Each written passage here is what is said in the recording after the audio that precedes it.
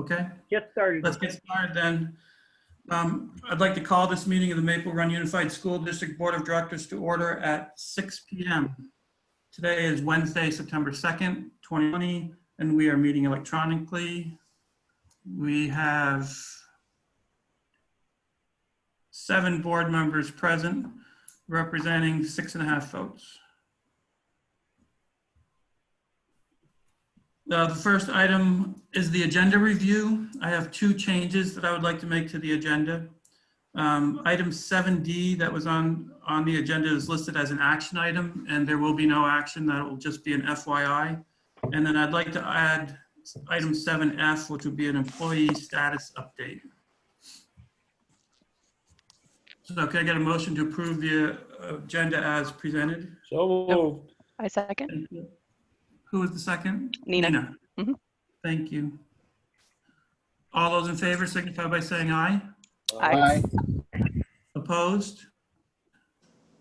The ayes have it, 6.5 to 0. And Brenda, if you could just let me know when Nilda, Alicia, and Joanna arrive. All right, please join me for the Pledge of Allegiance.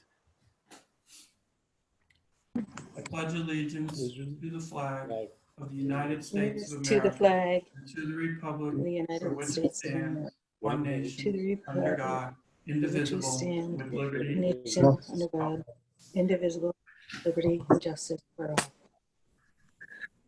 Thank you, everybody. Now we're at item 4, which is our visitors section. I'd like to give everybody about 3 or 4 minutes, and I think we can start with Nancy Miller. Hello, thank you for giving me the time to introduce myself to the board, and also I'd like just to make a public comment. But just a little bit of background. So full transparency, I am Steve LaRosa's wife. I'm also an educator at Winooski School District and have been for the past 33 years. I'm a middle grades teacher.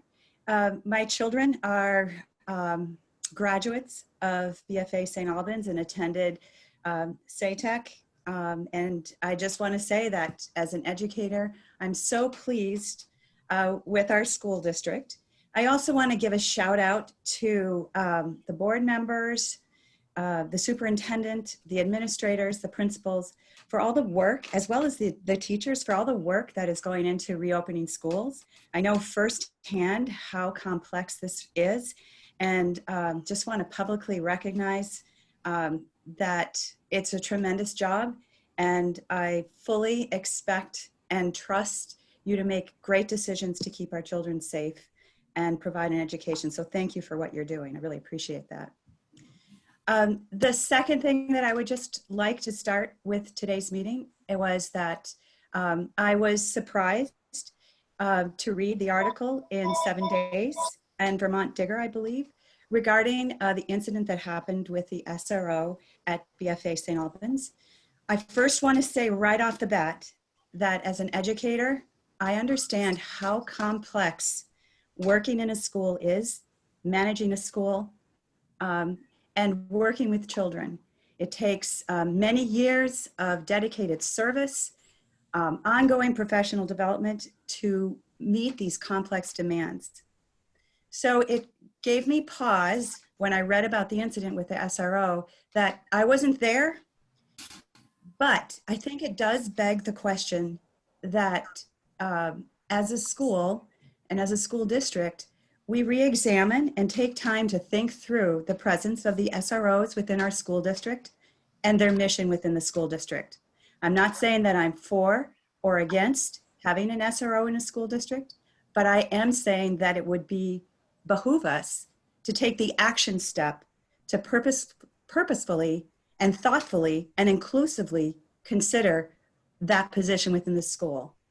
I think we all know that in the past at this board meeting and at board meetings I've been to in my own school district that I teach in, that the presence of the SRO does make some students feel unsafe. And as an educator, my job is to make sure all students feel safe. So I think it really is important that we take this opportunity to look at what we're doing in a school district, my own school district where I work, and my own school district here as a taxpayer and a resident of St. Albans. So I'm urging the board that tonight, your action step be that you open an investigation and a look at the presence of SROs in our school and include community members on that, that type of committee work. So thank you very much. I appreciate the opportunity to share this with you tonight. Thank you for your comments, Nancy, and thank you for making sure that Steve gets connected every time. I do appreciate that as well. Thank you. Okay, next is Zach Scheffler. Hey everybody, I'm just here for public comment. I did read the 7 Days article on the SRO incident at the school, and I simply wanted to say that I found it incredibly disappointing and disturbing, but I see this as a real chance for the board, and in many ways, what Nancy suggested would be incredibly inspiring and very encouraging to see action taken to investigate the efficacy of SROs in the school. You know, I read the bit about the Winooski School District replacing their SRO with an employee trained in restorative justice practices and counseling, and I think that's really great. So I think the Winooski School District is really illustrative. I know you guys chat and talk, and I would be really inspired and grateful to see this school district take that up as an agenda item or as an initiative that you guys all tackle in the future and soon. I would just want to say that the article and the contents of the article really had me thinking and really had me concerned that this is a big step, or at least re-examining the role of SROs is a big step, because I think the article called into question the entire role of SROs in the schools and our ability to trust our local police and our local school board with information about the SRO, what's happening in the school and what's happening with our students. I think signals that would really encourage me, and I know other members of the public, would be an investigation into the SROs and their presence. I just really want to thank you for your time, and I hope you'll sincerely consider, or seriously consider, examining this issue more thoroughly, more carefully, and in a more transparent way. Thank you so much. Thank you, Zach. Next is Kate LaRose. Hi, Kate LaRose, St. Albans City. Earlier this summer, a group of concerned citizens attended public comment to share their concerns about SROs in Maple Run School District. We shared national, statewide, and local data that said irrefutably that police presence in schools cause harm. They cause harm with a price tag of nearly $250,000 taxpayer-funded dollars a year. In response, Superintendent Durst shared anecdotal evidence, mostly his word and that of other administrators, that Maple Run is different and that SROs don't cause harm here, that somehow, against all odds, the SROs and SRO program work differently here, and they buck national, statewide, and regional data. He shared this while signing an agreement for settlement against the damage caused by an SRO against a student with a disability, a student who had an experience so traumatic that he never went back to school afterwards. Earlier this evening, I emailed school board members requesting the following. Today, 7 Days released an article that delved more deeply into SROs in schools. Please read it.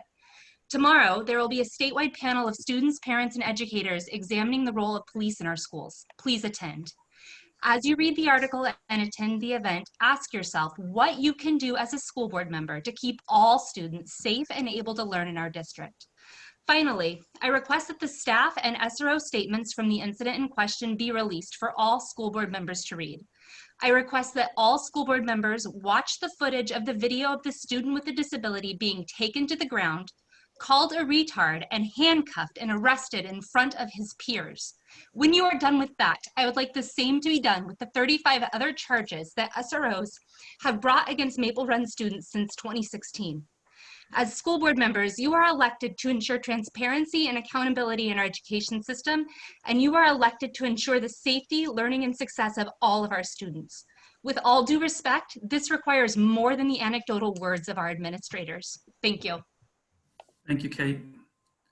Next up is Briar Erickson. Hope I said that right. Yep, Briar, thank you. Briar Erickson, St. Albans City. 2 months ago, we were told that the SRO officers in Maple Run schools were creme de la creme. And now we have evidence that that analysis seems far from the truth. A boy was hurt, both physically and psychologically, in our high school by an SRO. A boy. He was hurt for doing things that boys and girls do, acting out, questioning authority. It's what I said last time I was here. Police in schools punish kids for acting the way kids act. What I and others like me here today are asking for is not something wild or unreasonable. We are asking for what 80% of Vermont schools have right now. No police in their hallways. It's also something that the Vermont Schools Safety Center has warned against. Police don't make schools safer. The last several weeks, I've spoken to former students and parents of students who have negative stories to tell. Stories that aren't in line with the largely positive spin the superintendent gave 2 months ago. There seems to be zero accountability or transparency into this program. How many more settlements and NDAs exist out there? Why are we as parents, community members, and taxpayers being kept in the dark? The time is right now. As the national conversation swirls around race and policing, we need you as school board members to take bold steps and do the right thing. Take SROs out of our classrooms and school hallways. Replace them with people who can actually do the job we need done. Trained counselors and restorative justice professionals. Thank you. Thank you, Briar. Jen Williamson.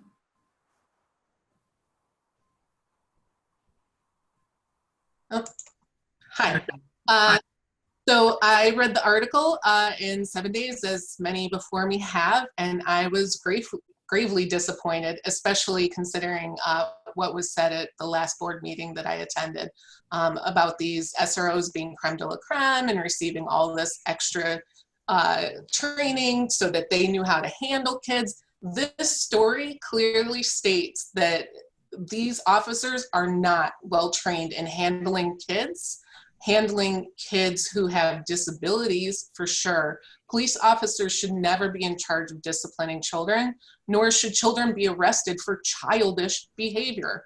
You know, the kid swore and he was tackled to the ground and called a retard and arrested for swearing as a 17-year-old, which I find absolutely outrageous. We should be hiring trained people to take care of kids with difficult behaviors, because that's what kids do, is they push boundaries. Disabilities are a protected class federally, and using the slur while physically harming a child should be considered a hate crime. Yet Officer French was given a half day off and was allowed to finish out his year at BFA. Prior to COVID, Vermont Legal Aid represented at least 2 students this past school year whose disability-related behavior led to referral to law enforcement by the SRO and ultimately the filing of juvenile charges. Did these happen in St. Albans as well and we just haven't heard about it yet? How many children are we willing to allow to be abused and harmed by the SROs before we stop this outrageous practice? Is anyone on the school board going to stand up with me and the others who are speaking tonight to say that even one instance of child abuse by police officers is too much? Thank you. Thank you, Jen. Reese Kelly. Yeah, hi everyone. Wow, this is a really intense conversation, so I'm feeling a little overwhelmed, but I do want to share. I'm a community member. I also come from a very, very long line of public school teachers, and I also work education right now. And I know that the pandemic has made our lives incredibly difficult. I can't imagine what is on everyone's shoulders right now. And I've been thinking a lot about the educational outcomes of our students as well as their health and well-being. And, you know, I really, in supplementing and piggybacking on what others have said, we know from decades of research that people can't learn if they're afraid. People can't learn if they're anxious. For us to be able to do a really great job as educators, we really have to be committed to fostering an environment where people do feel safe, where people feel welcome, where they're challenged, right? Like this isn't, you know, without being challenged, without accountability, but doing so in a way that I think is not taking an outside entity that's really not contributing in a positive way to the environment for all of our students. And I have to say that I know that people are often really swayed by a majority rule, but if we have 1 or 2 students who are fearful of police officers because of things that they've witnessed, seen, or experienced in their lives, we are turning off their ability to be educated fairly and equitably as they deserve in our communities. And I really want to emphasize too that I don't know, and I know people have asking, but what is the positive impact on educational outcomes, on educational dollars that we are spending on SROs? Are they being evaluated in the way that teachers are evaluated, in the way that administrators get performance evaluation?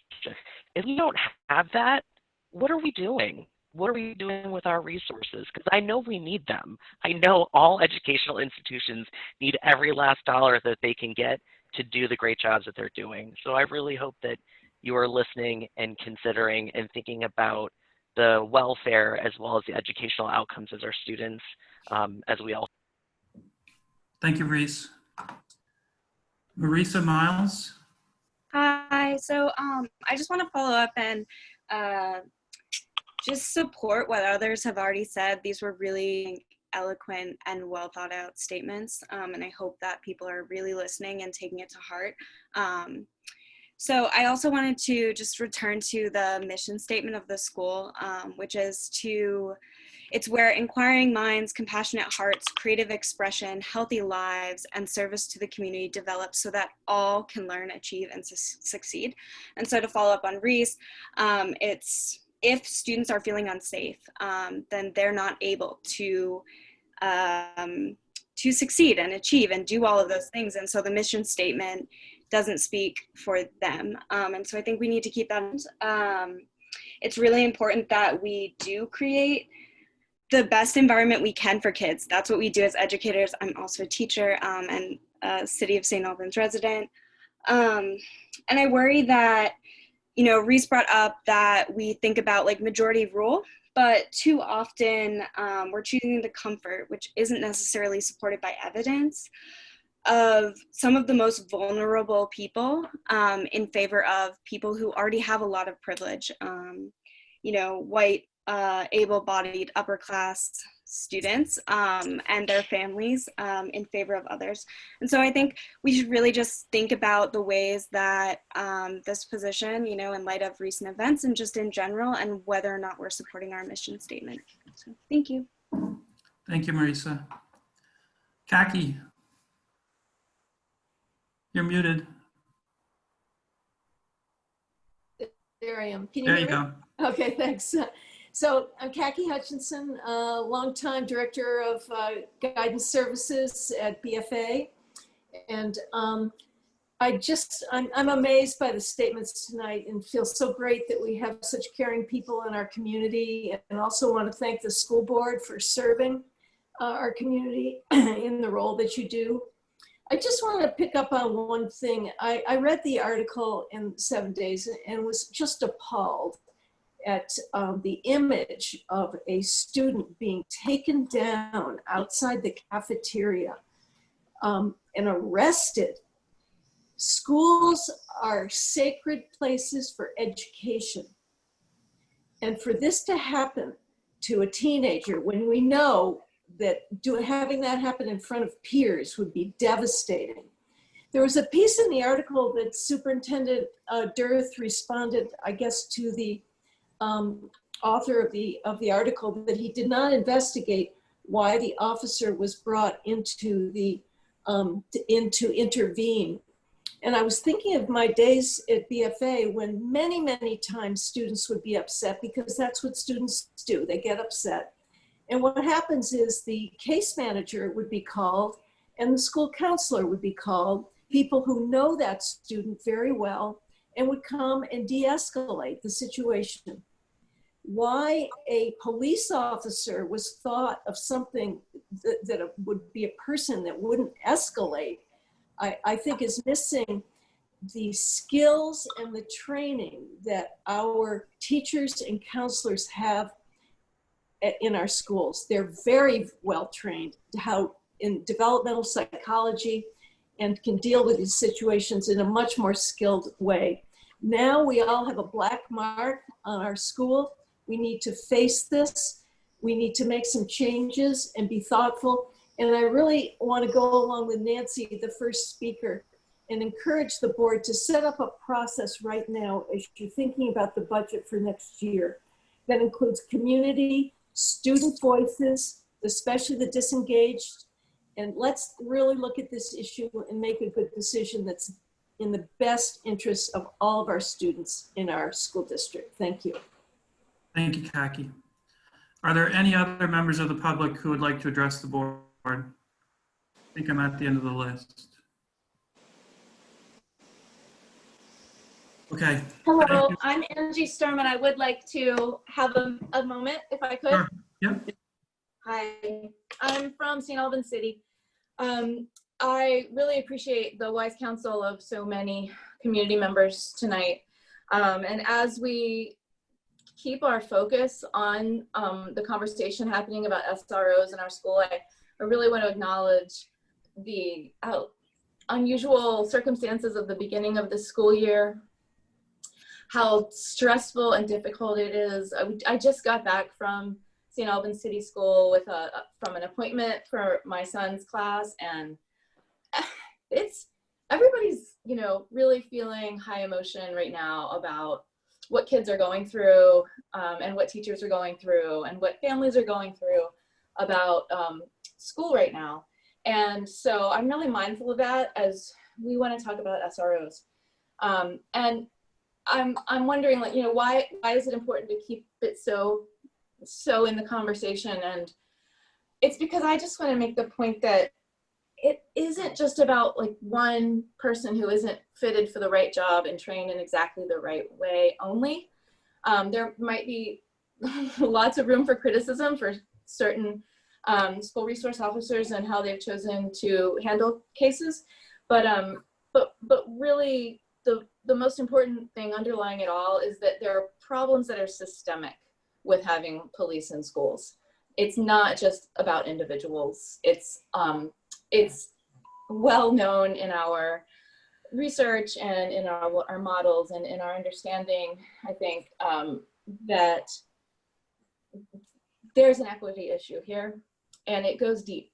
And so I'm really happy if the school board members can weigh in on what they're thinking right there at on, if not in this meeting, but in the near future, on what are they thinking about this issue, and also have this as an agenda item coming up. Thank you very much. Thank you, Angie. Linda?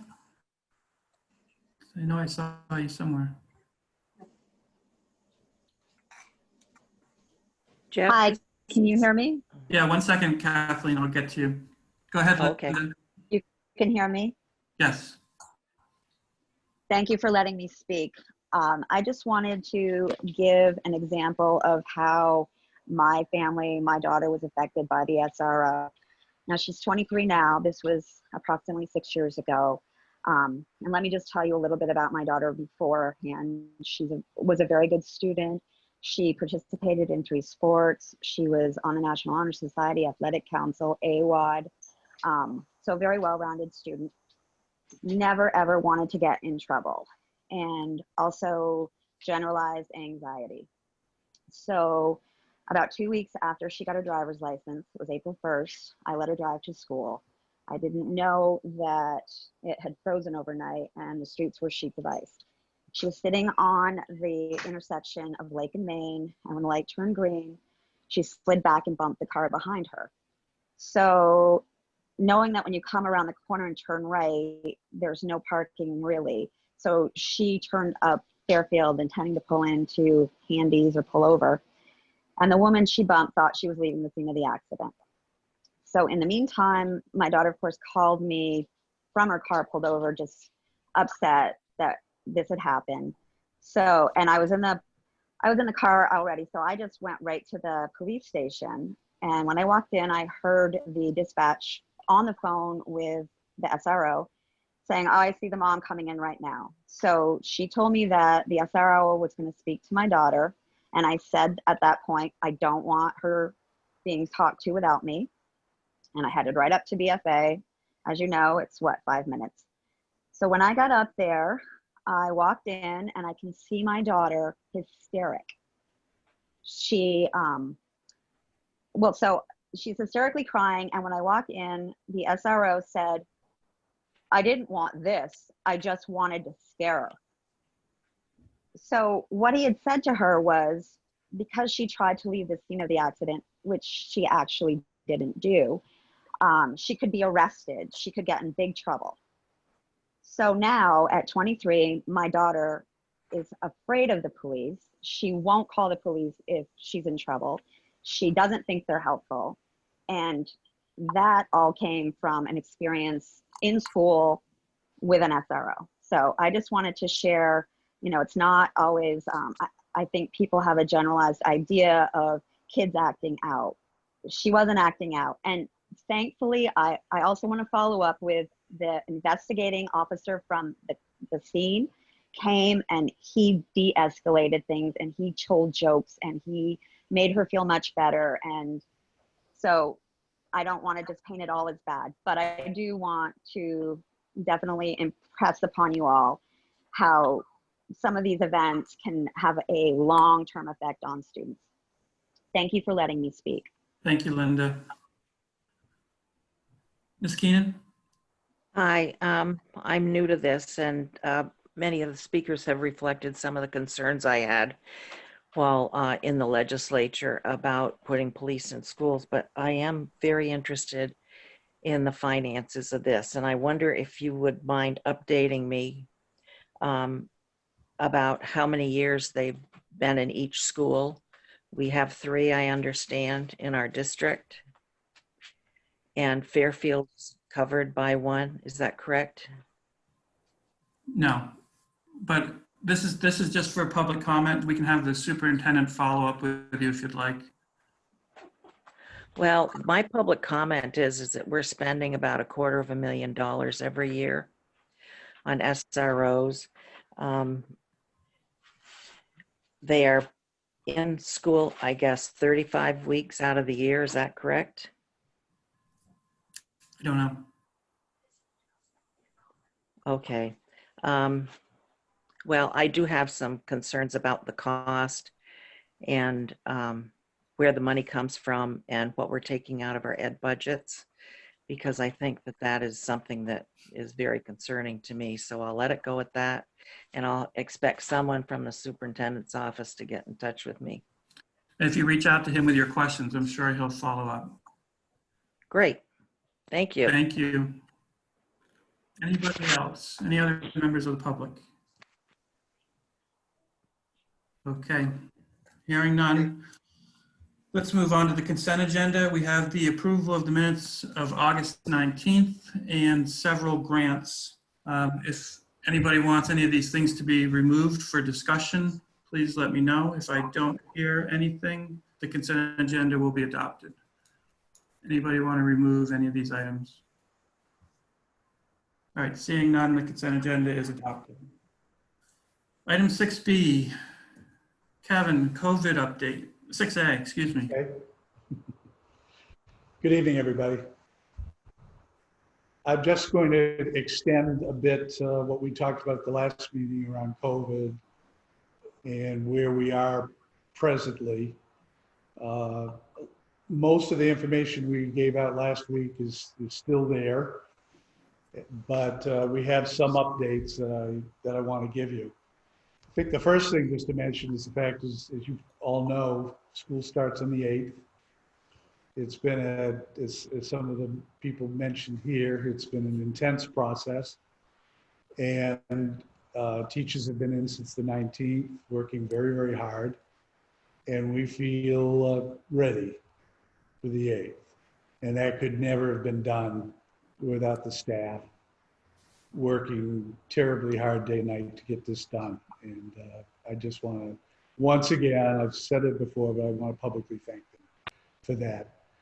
Now, some of the particulars, probably the biggest thing out there is some questions we've had and some updates we have on the virtual learning. We're using the word virtual to mean the 100%, when people are 100% virtual, away from home, away from school, and the hybrid, which is the Monday, Tuesday, or Thursday, Friday.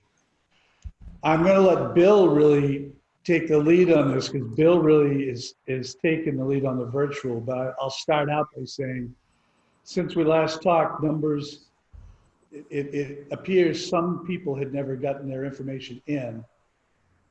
As they did, we're finding the virtual numbers, the ones who are staying home, rise, which has created challenges for us because we then had to put some additional resources and staffing into that to that group, which I believe Bill will talk about. But having said that, before I turn it over to him, it has gone quite smoothly. We are just about ready for whichever direction we're going, either the hybrid or the virtual. And kudos to the people for getting it ready so fast. But Bill, would you like to take a little bit on the Virtual Academy, which you've kind of taken the lead on to talk about? Sure, Kevin, thanks. So currently pre-K 12, we have about 280 students from across the supervisory union who are taking advantage of our fully virtual academy. Approximately about 60 of them are in the high school virtual academy that we've partnered with a longtime partner, Virtual High School. Mike Campbell here tonight is one of our instructors that teaches through Virtual High School, and gets a lot of kudos when I talk to their folks. So he's a seasoned instructor and actually teaches teachers to learn how to teach online. And Mike, I might actually tap you if I need some help with Virtual High School, just because you know it so well. We've been able to give every high school student right now, we're starting, our whole key for pre-K through 12 for the virtual academy, as we're calling it, is to start slow and get it right. So we've learned that with in establishing relationships. So every high school student has an advisor, and then we're using K through 8, our own teachers, and we're deliberately making connections with students, between the teachers and among the students as well. So we're trying to make sure every day there's a meaningful connection happening here back with their school. That at the high school level, that looks like an advisory happening every day. At the K-8s, I'll talk more about that in a bit, but there's definitely synchronous and asynchronous learning that's happening. To finish up with the high school, once we get started and really get underway, they start classes on the 14th online, but they will be doing activities first day of school, the 8th. Those students will assess where they are and how they're doing end of September to the middle of October. And we've been able to set up with the great support of teachers at BFA and Northwest Tech Center to extend other learning opportunities to kids that need to be fully virtual. Some of that may be community-based learning. Some of that may be if they couldn't, if they were someone that participated in the chorus or band, or they wanted to take an independent PE class. There are other ways we can do it, but the research has been really clear that no more than 4 online classes for any individual, whether an adult or a student or a kid, is not something you should be doing at one time. So we're really trying to limit those online classes. At the pre-K-8, we have approximately 220 students, pre-K through 8th grade. That's where the expansions really happened. And so we've been enlisting teachers up to yesterday. I really have to applaud the staff of Maple Run that's come into the virtual academy. As I said in the past, we have very few of our teachers that have to be out. So we had to ask teachers that didn't have to be out to be part of the virtual academy. And you may ask, where did they have to come from? They came from our tier 2 supports. Our teachers that were interventionists and coaches have turned into classroom teachers. So therefore, and this is happening at the high school as well, to be able to support the online learning, we've had to take away tier 2 supports from our schools right now and put them into being the virtual academy, because we have to assign those folks for the full year to that virtual academy, even though kids may come back to the hybrid or in-person learning. One thing that we think one of the reasons we think we can do this is that, as you all know, with the hybrid learning, we're splitting the school into two halves, and we have half the kids in, so we have smaller class sizes. So we're feeling the classroom teachers can have take on more of those tier 2 interventions for kids. Each of that we currently have 9 teachers and 2 paraprofessionals. We're trying to increase the paraprofessionals for the virtual academy, and they've been creating classes and classwork. They've been doing phenomenal work. They share it with me all the time. Just really, really good examples of how to get things set up for the school year. They have their schedules built. They're working with the special educators and 504 case managers and EST members to learn about the kids. And the other thing that's happening pre-K through 8 is every student and family will be offered the opportunity to have a parent meeting this week and next week to get to know the kid. And how did last spring go for them? What were the successes they had, and what were their challenges? And how can we help support to get through that? I think I covered quite a bit there, Kevin. I don't know if there's something else that we talked about or else I should cover on the virtual academy, but I could, if you want me to, I could take some questions as well. No, I think you might want to mention, I'm sorry, I didn't hear it, but how we're splitting up our teachers in the virtual academy. Yeah, no, that's a good point. We're making, we started with teams that were 3 grade levels, but with the increase in numbers, we have a K2 team, which is made up of 3 teachers, and they all happen to be from Saks, from City School, and they're, and that's the other thing I should say is I have to thank my principal colleagues here. They're all taking on a role in this virtual academy, is supporting the teachers in different grade levels. We have 2 teachers, one from Saks, one from SATEC, that are going to be teaching grades 3 and 4. 2 teachers for grades 5 and 6, one from Fairfield and one from SATEC, and then 2 SATEC teachers who are teaching the 7 and 8.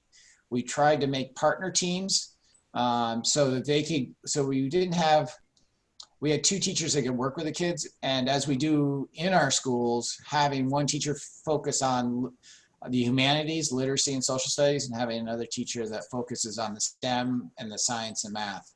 We'll also be providing unified arts. The unified arts teachers from City School will be providing that as well. And they'll be doing some of that synchronous. All these classes that are happening will be synchronous and asynchronous. So you'll have times where you're together with a big group, everyone that might be in your grade. And then there'll be times, and I've seen the schedules the teachers have built, where they can go down to smaller groups and work intentionally with kids. And then they'll have work that they'll be doing on their own.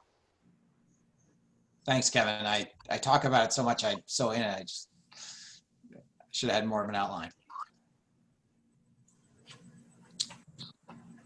Are there any board members with questions for Bill?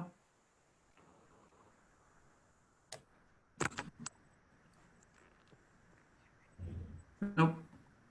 Okay, Kevin, go ahead. So as I said, teachers have been working since the 19th, and I think that work has been relatively intense. It's been wonderful going around to the schools and seeing people again.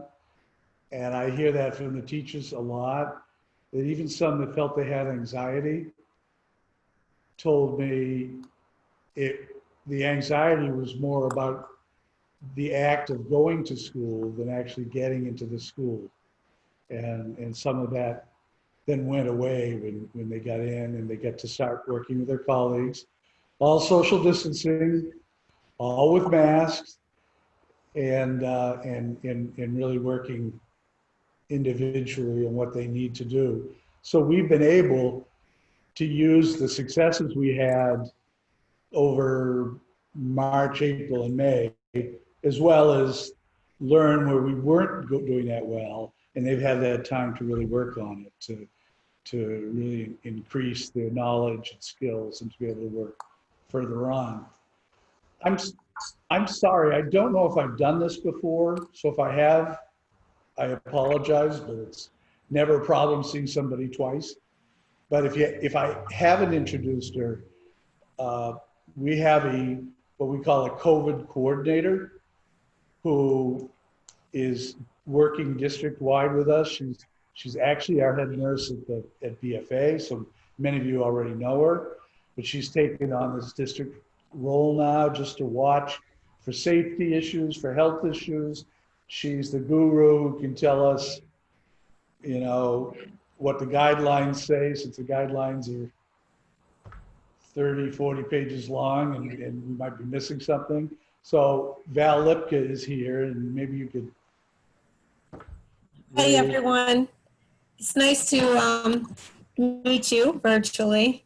I'm sure I met some of you before.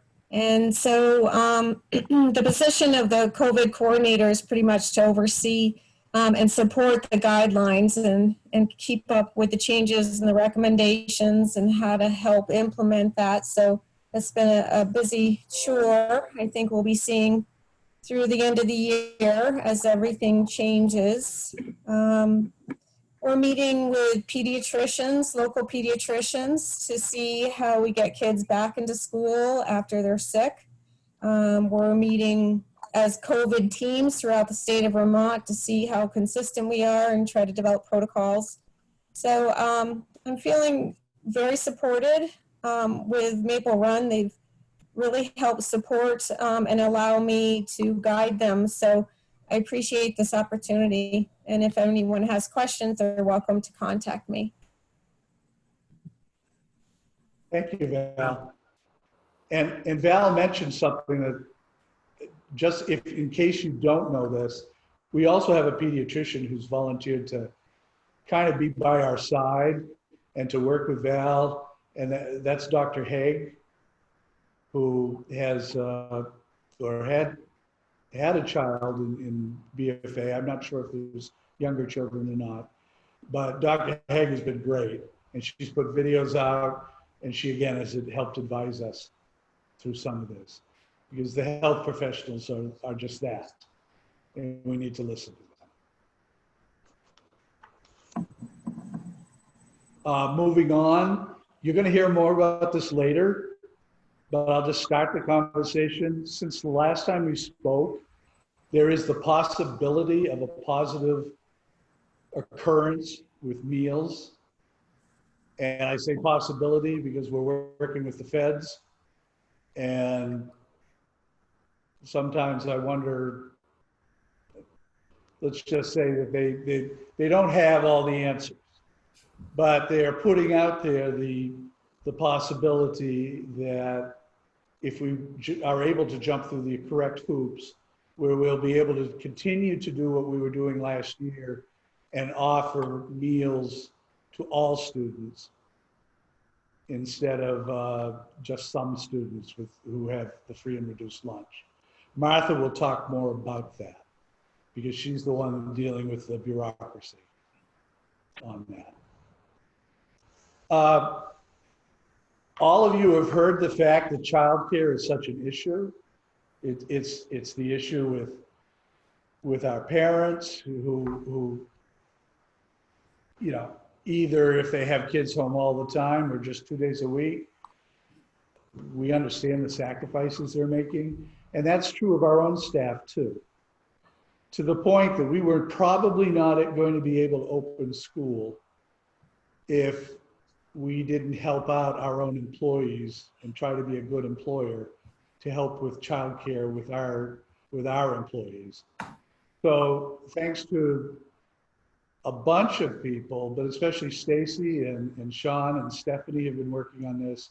It appears we're going to be able to have a limited childcare program for staff members who will have a place to bring their kids, so their kids will be working on their own online work throughout, and then it will have the opportunity, they're then going to have the opportunity to teach. So we're still working on that. Stephanie Ripley especially is working on that. with the state, but we believe that's in case, and that is major as far as being able to start up school with that, to be able to do that. I just have two other things, and I'll certainly open it up. I forgot last time to talk to you about sports and other activities. You probably know much of this already, but sports is happening in some limited degree, depending on the sport. At the high school level, there's no sport that will not happen, but depending on the sport, there may be variations. For instance, football will not be a tackle football. It'll be a 7-on-7, pretty much a touch football situation. But otherwise, most of the teams are going to be up and running starting September 8th. They all have to wear a mask all the time, unless, and Brett, you can help me with this, I think cheerleaders. Cross country. And what else? Cross country. Thank you. Cheerleaders and cross country will not have to wear masks at all times. The rest will. Tim has been working hard, and Dan Marlowe to make it work up at Collins Pearly.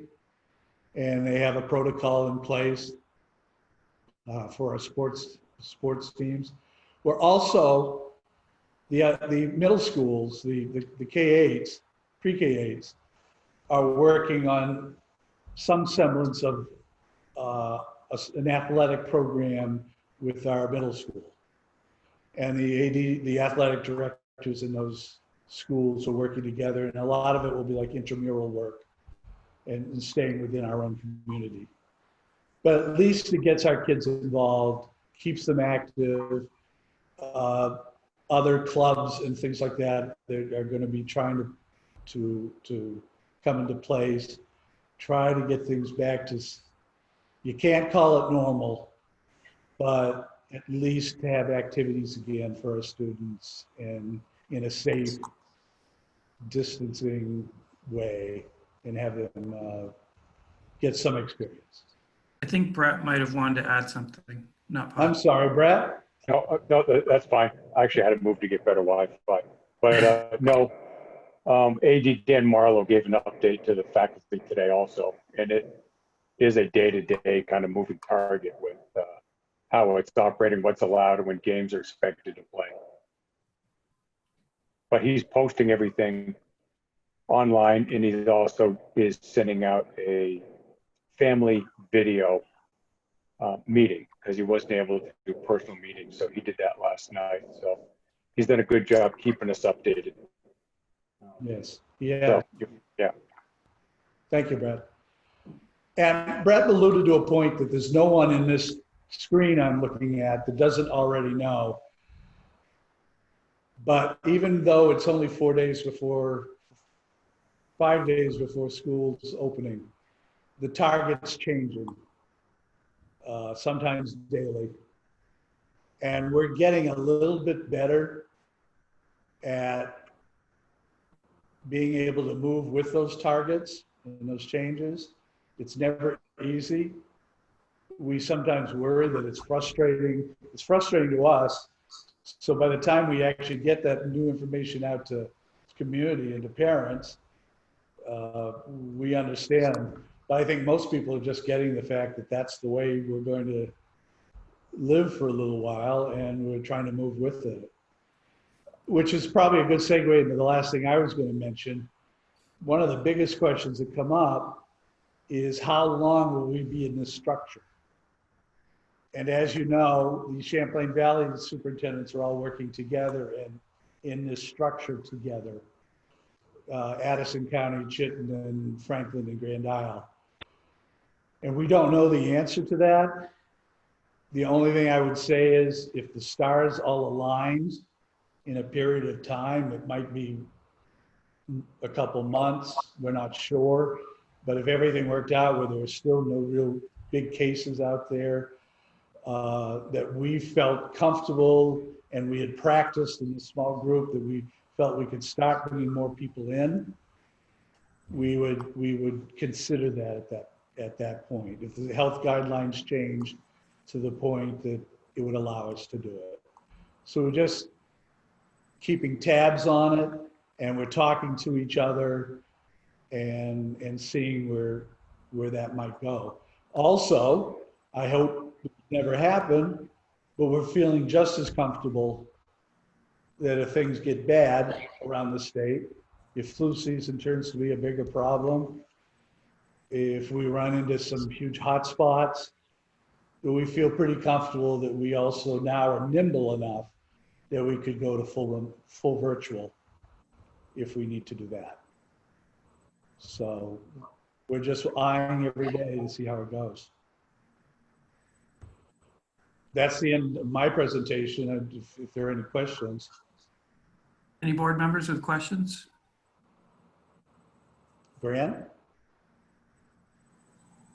Yeah, what would a shift to full virtual look like? Would it be, using the same system as the school days, like a emergency call to everybody, or do you think we'd have time for a week's notice? How do you think that would look? There'll definitely be notice. I can't tell you how much because I don't know the situation, but there'll be, the only time it wouldn't be noticed, Grant, is if we run into a situation like we did in March, where the governor comes down and says, you will do this, and it will be in 2 days. And if that happens, we'll make it get done. If we have any control over it in a situation where it could be a little bit longer wait, the preference would be a little longer wait, but we also have to follow safety rules. So I guess a follow-up question. Do you guys have criteria set in terms of caseload in the community or in the school that would prompt an immediate closure? I didn't hear the last part of your question. I said, yeah, do you guys have criteria set up in advance for, if there are cases within the school or high cases within the community where we would act, without necessarily guidance from the state to close the school on our own accord? So Bill and I have both been working on this. So Bill might tag team with me on this. What I would tell you is the state is still working on that criteria. They're not quite there yet. They do say that at this point in time, that it will be a conversation. If we ran into an issue with them, where there are multiple cases, it would be a conversation between us and the local DOH, Department of Health, and the AOE. I don't particularly agree with this, but they're saying the final say is the superintendent. I don't like that. I'm not a health professional. I need to hear from the health professionals and what they think.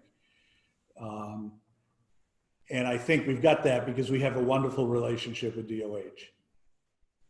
So they have not come up with anything more specific at this point. Thanks. Any other board member questions? Nil, this is Nilda. Hi, Nilda. Kevin, don't you have a relationship with Stacy Carpenter at the Vermont Department of Health? Oh, sure. Okay, because I think she's the go-to person in all this, right? She is. The Department of Health and collaboration with the Department of Health, which would be Destiny and Ms. Carpenter and the AOE. Yes. Can't get better than that. You've got the experts. I'm sorry? Nilda's happy with that arrangement. Oh, okay. Good paraphrase. I said you can't do better than that because they're the experts. I just wish the onus of responsibility was DOH and not the superintendent. But it's not a bad situation if the DOH is right there and saying, this is what we recommend. Yeah. Yeah, so Kevin, just for, I mean, if we are faced with a situation that there's too many conversations and action needs to be taken, do you feel comfortable making that decision? I mean, you have these relationships, but sometimes conversations take longer than action needs to be happen. Do you feel comfortable making a decision if it's up to the superintendent to make a tough decision like that?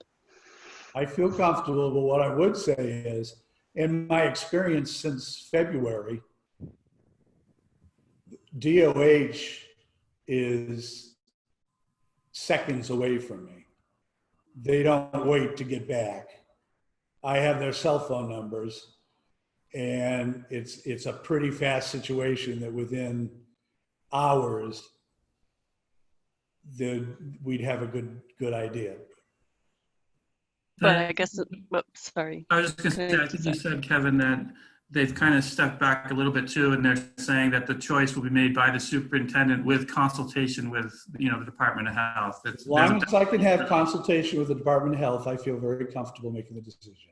Yeah. So making the decision first, and then again, this is extreme, but I felt like I had to ask it. So decision first, and then if you needed to reach out, you would have the support. I mean, things can always be stepped back, but I guess if things needed to happen, you would feel comfortable making that decision.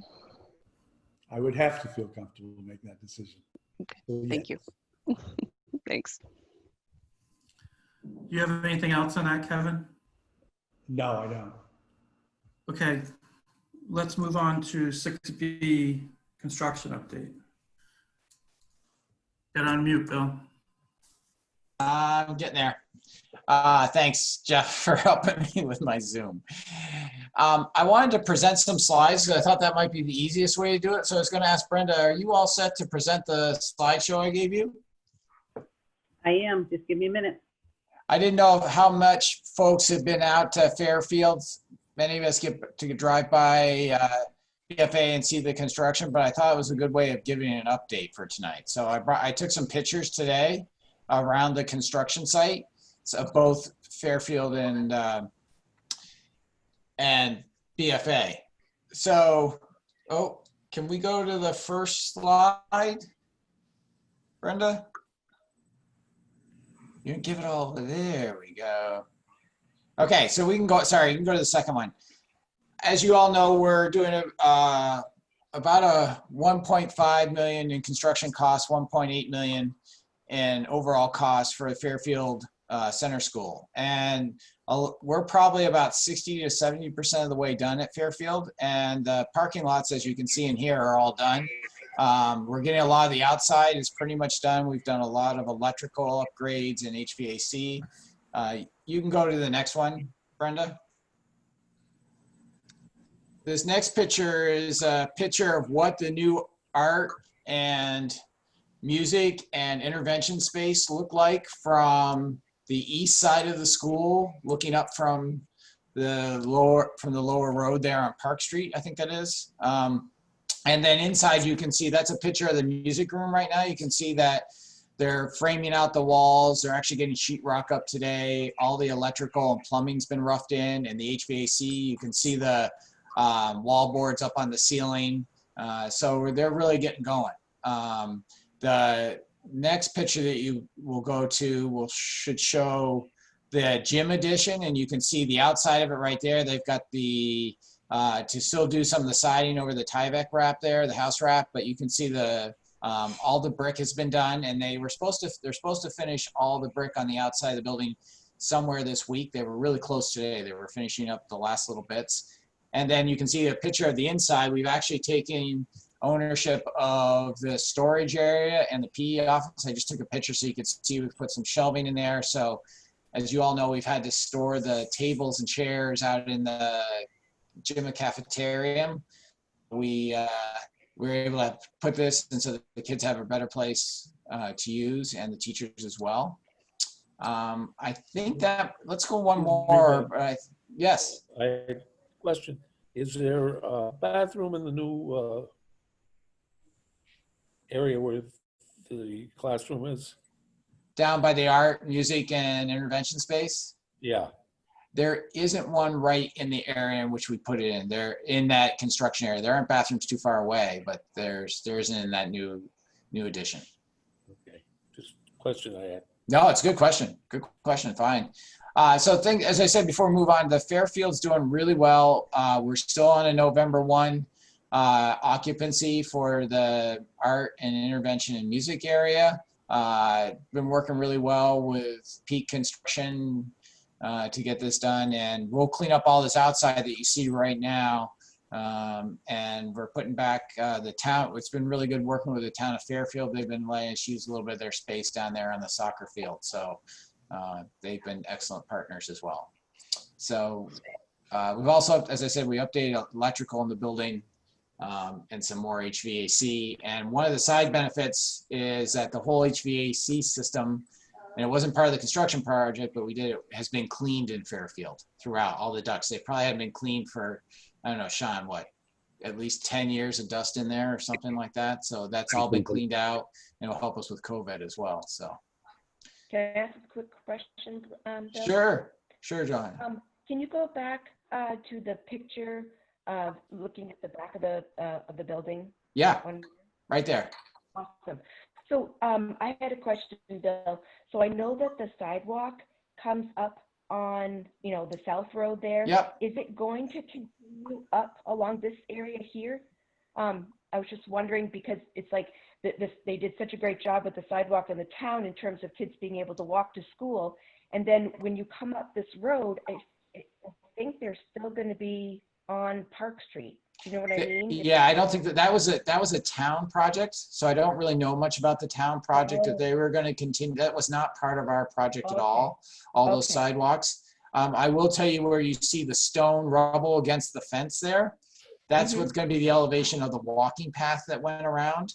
And so we have to repair that. And then you see how there's some exposed concrete right now. We've kept that level for the staging to be able to set on the back, but there will be a grassy mound that goes all the way up to that concrete and comes down to the path. That will all get finished in end of October and seeded and mulched and waked for it to grow next spring. Joanna, the sidewalk goes around the front of the building in front of my office, and then it ends right at the crosswalk that goes into the parking lot.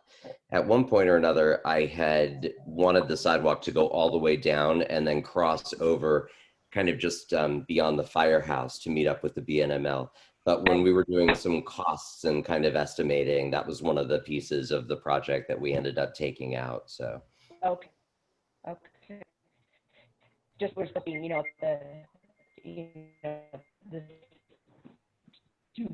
to bridge the two sidewalks together.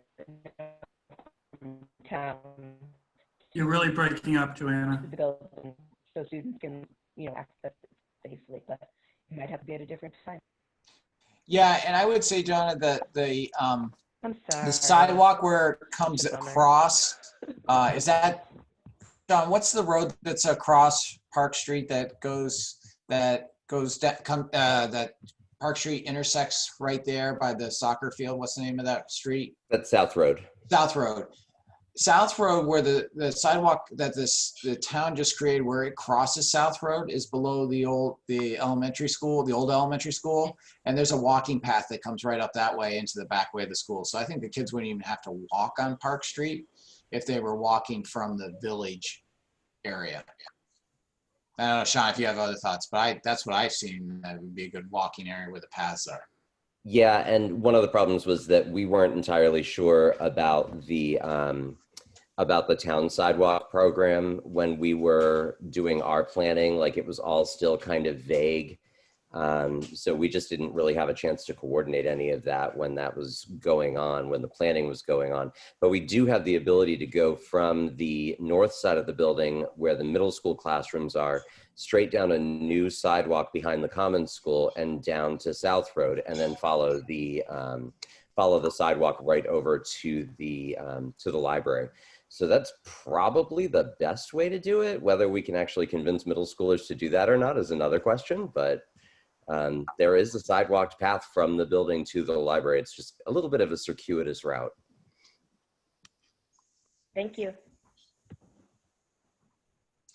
So Brenda, if we can go back to the BFA start there. Let me just go right to the next slide.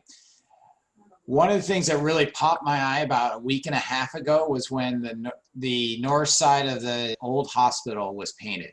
And I really wanted to get a picture of this for all of you. The picture doesn't do it justice, so if you get a chance to stop on Academy Street, the green really pops out. And this color scheme will be continued on the brick that you see that's on the cafeteria expansion where we have the marble, and the tower that's to the right, I believe. We're going to have it all be one uniform color with the marble highlights and green highlights. This will continue around the building.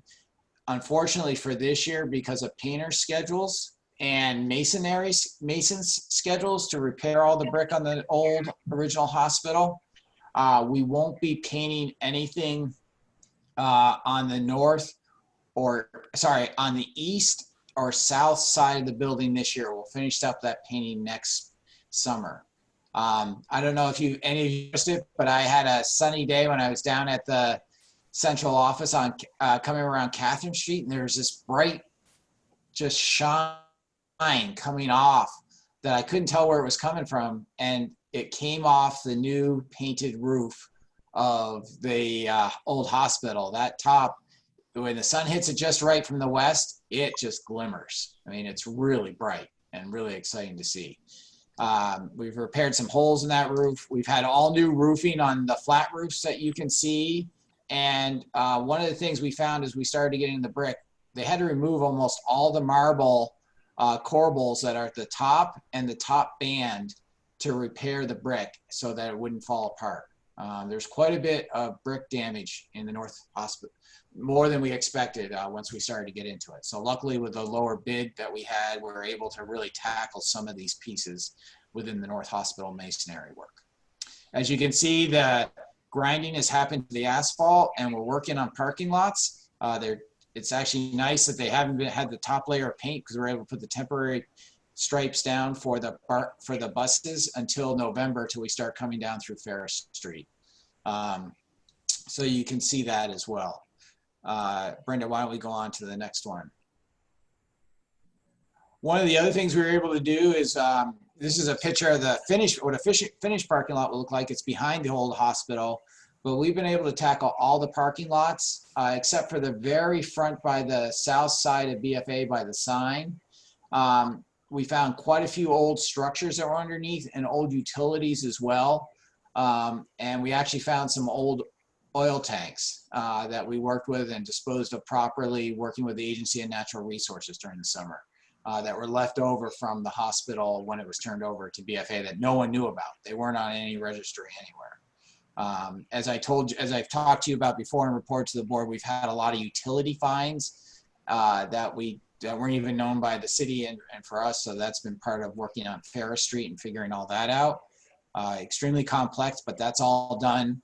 Utilities are all set: gas, water, electric, sewer, wastewater, stormwater, I should say telephone, and our own fiber lines between our building. So you can see there's new sidewalks as well. That's been put in place. So it's going to look quite nice. We're waiting to do the last of the paving. It's kind of like when you're done with building the house, and then you paint it.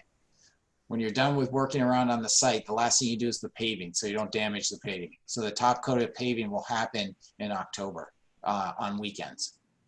So if you go on to the next one, Brenda, that would be great. So I've got the big picture is from the front. Today they just set those columns. As you see them right there in the center, that'll be the new entrance for the connector. This is a picture of the connector between the two buildings, and the smaller picture and behind the concrete mixer is from the backside. And this backside is where the buses will drop off, and kids will be able to enter through that door that you see there, that opening. And then the front will be more parking and visitor and student drop off right there in the front. We're still on a November 1st timeline to take ownership of the connector. We've also been able to increase the speed of the installation of the sprinkler system for the South Campus of BFA. So now instead of taking 3 years to do it, we're going to be doing it in 2 years. That's some savings to the project. And we're also been able to upgrade our fire alarms in both buildings.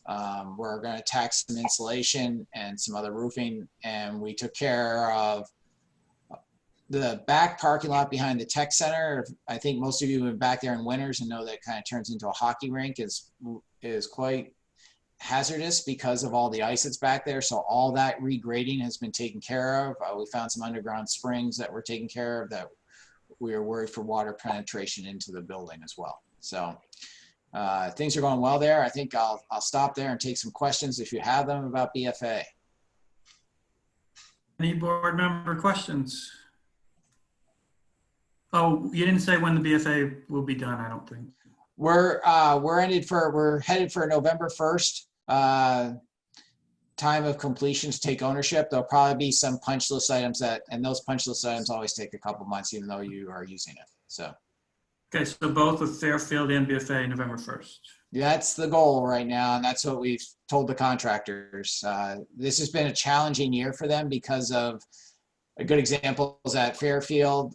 An energy recovery unit we need for heating ventilation of that new music space was supposed to be in by now, and it won't be until the end of the end of September because of availability. So things are just like everything, lead times and availability of materials is quite variable under COVID. Any other board member questions?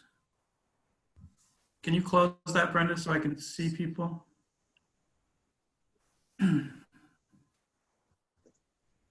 Okay, I don't see anybody waving at me. Thank you, Bill. You're welcome.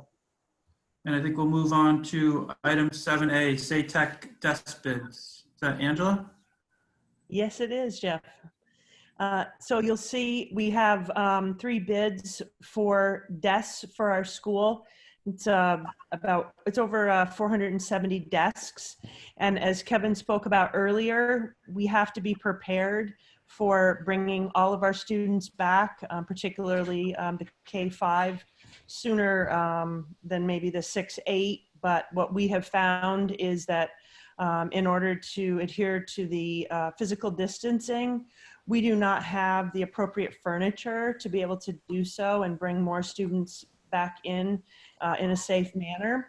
And so you have the 3 bids. This will allow us to bring all of our students back and still maintain our distancing. You see the 3 bids. There's 2 for the wooden top, and then there's 1 for a plastic top. And we are recommending the less expensive wooden top, which is the $76,000, because we found several reasons. One, the wooden tops are more durable. They last quite a bit longer. And we also have a number of these desks. These are in our current 6th grade, C South, and we've had good luck with them. And then they would also match if we needed to move, desks in terms of enrollment and numbers in classrooms. So it would keep the desk uniform within the school. And Martha had done some research, and this is and would be a COVID reimbursable expense. And we do have the proper bid process in place to follow those guidelines. But we do need to get the order in with board approval. It will take 3 to 4 weeks, probably, if they're still in stock, to get them into the school and give us some time to set them up depending on the time frames. But that's what we're looking at. Okay. At this point, I'd look for a motion to award the SATEC desk purchase to School Outlet for the amount of $76,126.50. So moved. Thank you, Mr. Corey. Who had a second? Jack, thank you. I had one question, which is, so currently you have tables, and what are you going to do with the tables? I believe that's what you have. Well, right now we have some storage containers, and we will store them for now. We also would like to utilize these desks in the future because they're also, I think in terms of just student health and safety, they each have their own desktop so they can store their own items in them. I think what we would probably do, some of the tables that we've used, might be able to be used in other areas of the school, and also even within the classroom once we have improvement from this coronavirus, we might be able to bring some of the tables to use for like small groups when it's safe to do so. So for now, we're going to store them so that we would have access to them.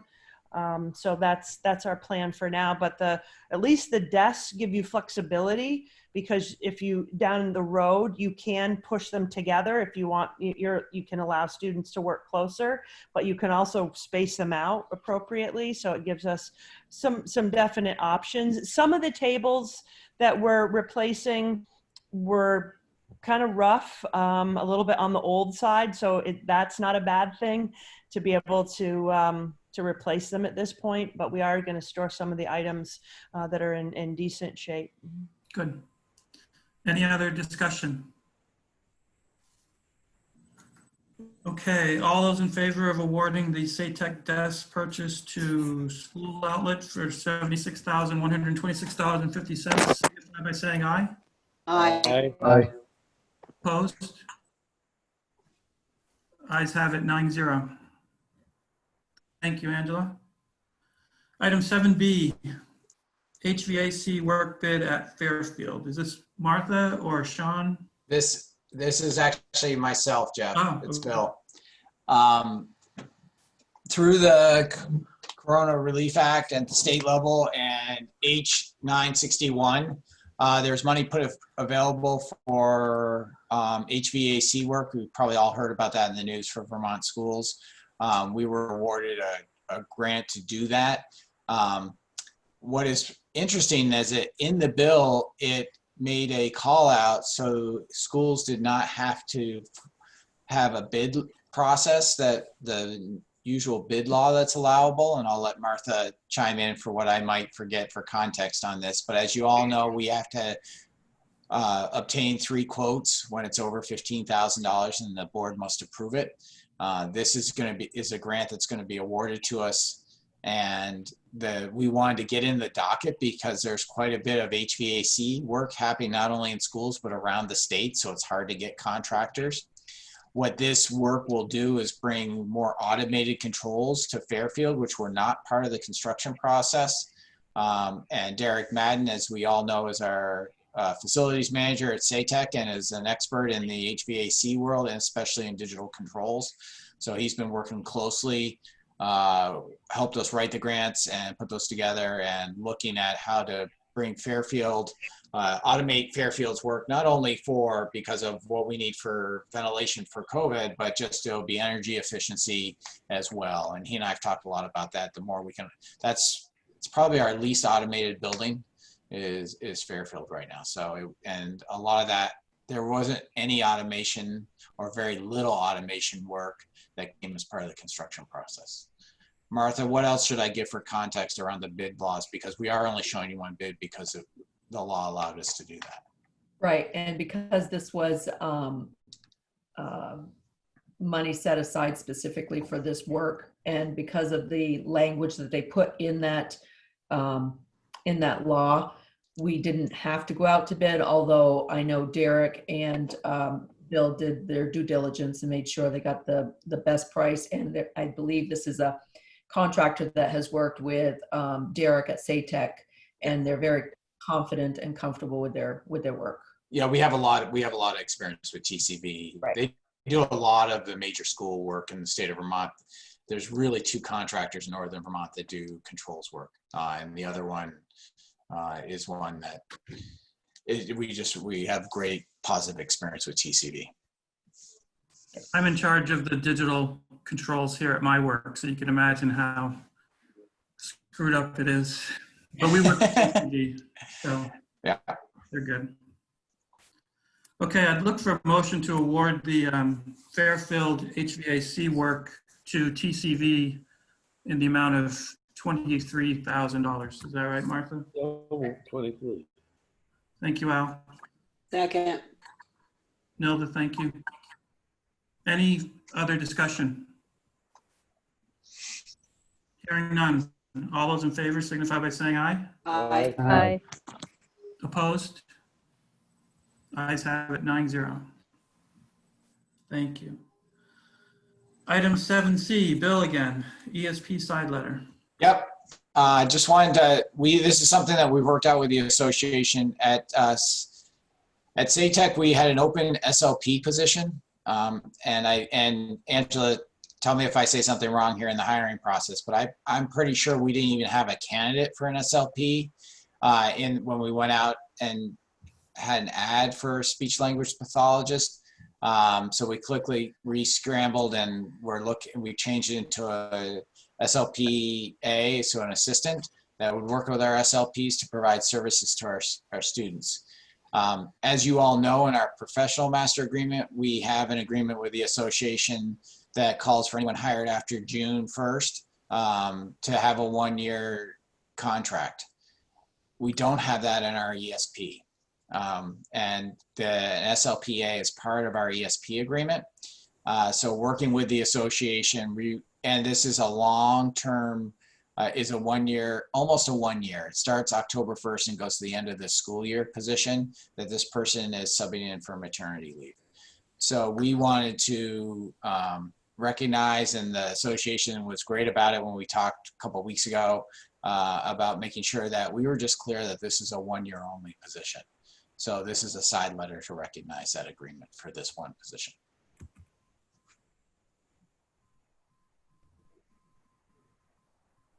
So moved.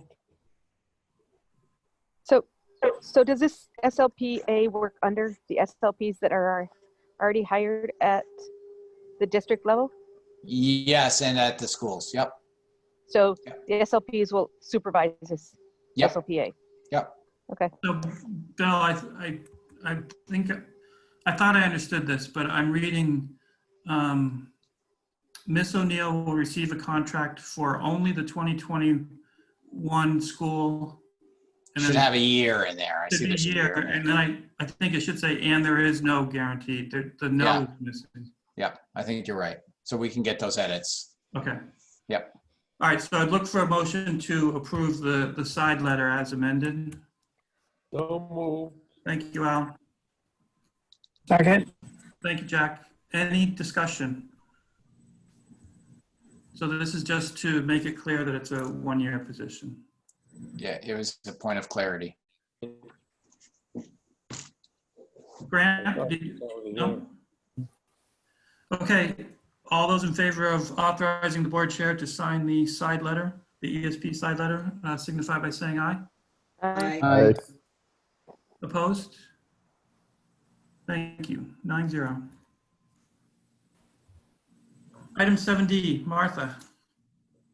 Yes, so when I originally had this put on the agenda, it was because Underwood Catering came to us, came to me, and is working with the procurement specialist for child nutrition program at the state level to look at our contract that we had with them and see if we could make some adjustments based on the fact that when the bid was put in and we accepted their bid, it was with the understanding that students would be in school 5 days a week for 177 days. And with the schools going to a hybrid model where only half the students are there for only 2 days a week, the cost was going to be at a point where they couldn't provide the meals for what they had bidded on. And again, like I said, we were working with the gentleman from the state to make sure that we weren't going against any procurement regulations or anything. So I was actually going to come to the board and ask to have the price per meal charge adjusted to reflect that reduced participation possible. And then I believe Monday or Friday, USDA did a press release saying that they've now extended the waiver for the summer food feeding program through to December 31st. So we've been scrambling between myself and Nina and the school principals, because they've been working directly with Nina and the IB group staff to try and figure out, okay, so now they've just flipped everything all around. And so I'm not going to be looking for a price change at this point, because with the summer food program, the reimbursement rate from the federal government is at a higher rate, so it will help alleviate the issue. Plus, we will be able to offer meals to all our students free of charge through December 31st or until the money runs out. So it's possible that those free meals may stop sooner than December 31st, but right now that's the guidance we're getting. That so today I was on a webinar with the AOE and the child nutrition folks with everybody from the state trying to figure out all of our application processes. We've got to go online and get those all changed out before next Tuesday when school starts and get them approved. But just for, I've got to touch base with the IB group and the school principals just to verify exactly which process we're going to be using. But all students ages 18 and under will be eligible to receive free meals, breakfast and lunch. And like I said, we're going to work with the school principals to figure out what that might look like for the students that are at home, the ones that are virtual, and the ones that are doing remote learning on those remote learning days. But it does include those students. There might be a pickup or something. It includes all students that, it includes, and if the schools are offering a pickup time, which I'm assuming all four of our schools will have a pickup time, that meals can be picked up. Any student under the age, any child under the age of 18 can stop and pick up a meal. They don't even have to reside in our district. I just wanted to kind of give everybody the heads up on that. We're still working on all the how-tos and how it's going to work. And I'm sure the principals will get to the families and fill them in on how it will work for their particular school and the times that meals can be picked up. And so with that change, we're not bringing anything forward as far as the contract at this point. Okay. Okay. Anybody have any questions for Martha? Oh, one other point. I just wanted to make one other point. The state wanted to make sure that the schools that do the free and reduced applications, they are absolutely to continue doing those free and reduced applications and get those in and get them approved, because we don't know at what point the money might run out. So it may be the end of October and we have to start charging meals again. So just make sure that the free and reduced application process is still happening. Thank you. Did I hear somebody speak up? Angela. Yeah, can you hear me? Okay. Hi, Joe. Yeah. Okay. So Martha, when we go, if and when we go to 5 days for those, pre-K to 5 kids, will anything change in terms of, because clearly they'll be offering more meals to students and more students will be taking advantage of them, considering they won't just have to pick them up, they'll actually be at school. So are we at risk of running out of the money sooner when we go to 5 days? I can't answer that. I have no idea. No idea. Because the money is coming from the federal government. So it's not our program. This is a federal government program. No, I understand that. I meant, if they're, and I'm also, am I hearing right that we're not going to be delivering meals on those days that students are not in school? I don't know any of those details yet. That's something that the school principals are working with the IB group and myself, and we've got to work through all of those issues, but I'm pretty sure it's going to be pickup meals. Okay. Also, but on the offset, besides that, I do believe if students are going to be in like on Monday and Tuesday, when they leave on Tuesday, they will probably bring with them Wednesday, Thursday, Friday meals. And so they can do that. Okay. I'm pretty sure that is the process that they're looking at putting in place. Okay, that's good, because if we're talking about equity, some kids are able to pick up meals and other students are not. Right. So I hope that it's going to be available to all students. John? We are not currently planning on sending kids home with sacks full of meals for an hour-long bus ride. It just seems like everything will spoil. So the conversation that we have had is that we are offering pickup all day long on Wednesday, and I've staffed that. But sending children, especially since some children who need the meals might be sort of pointed out as the people who need the meals if they show up on their bus with 6 meals that they're trying to maneuver, especially tiny people. That none of that feels really good, so we are making it a pickup option on Wednesdays. Okay. Just be reminded that all students are going to get free meals. Not all will necessarily take advantage of taking them home, however. That's true. That's true. Thank you, Martha. Yep.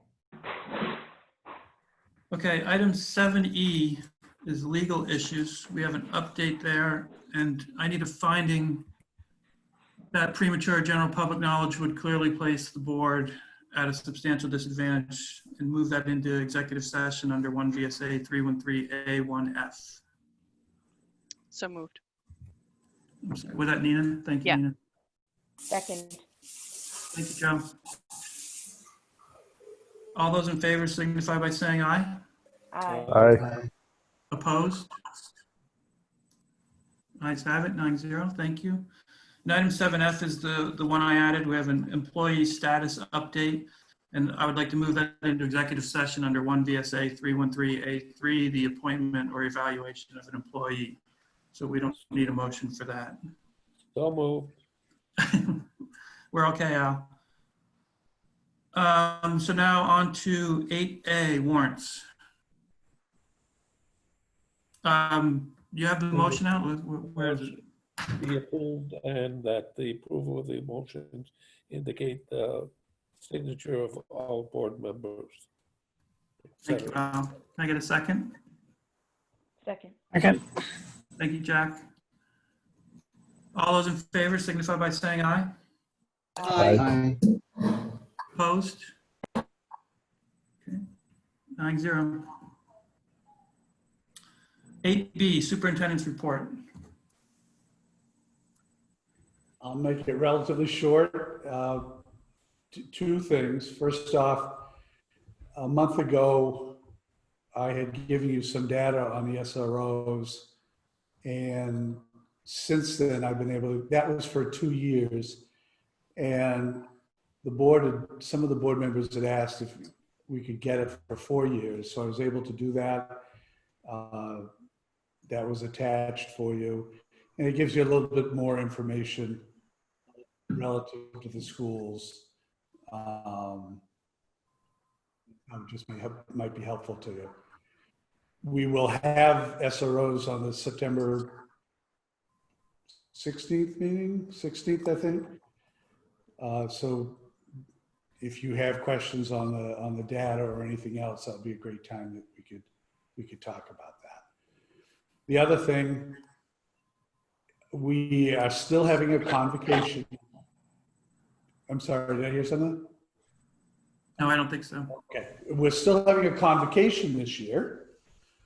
As you know, in past years, we've had a convocation for all of our staff members, and the major goals of that is to get everybody together up at Collins Pearly, to have the whole district together, to talk, to have coffee, to network, to listen to some messages, listen to some kids, a good starting off day, and then ending up with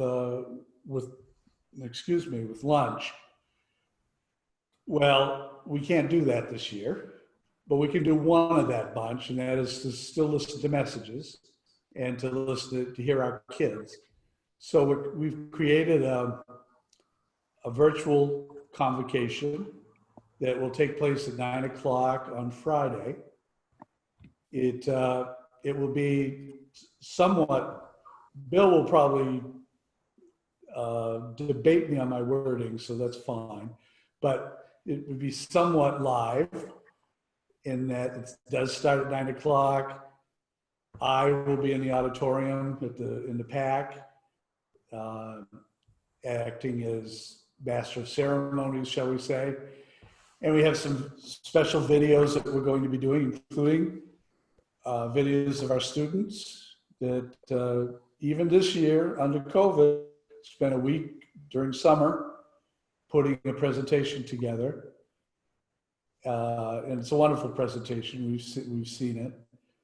And also to have some videos on discussions around mental health for our staff and some other medical issues and things like that. It should be just about an hour long.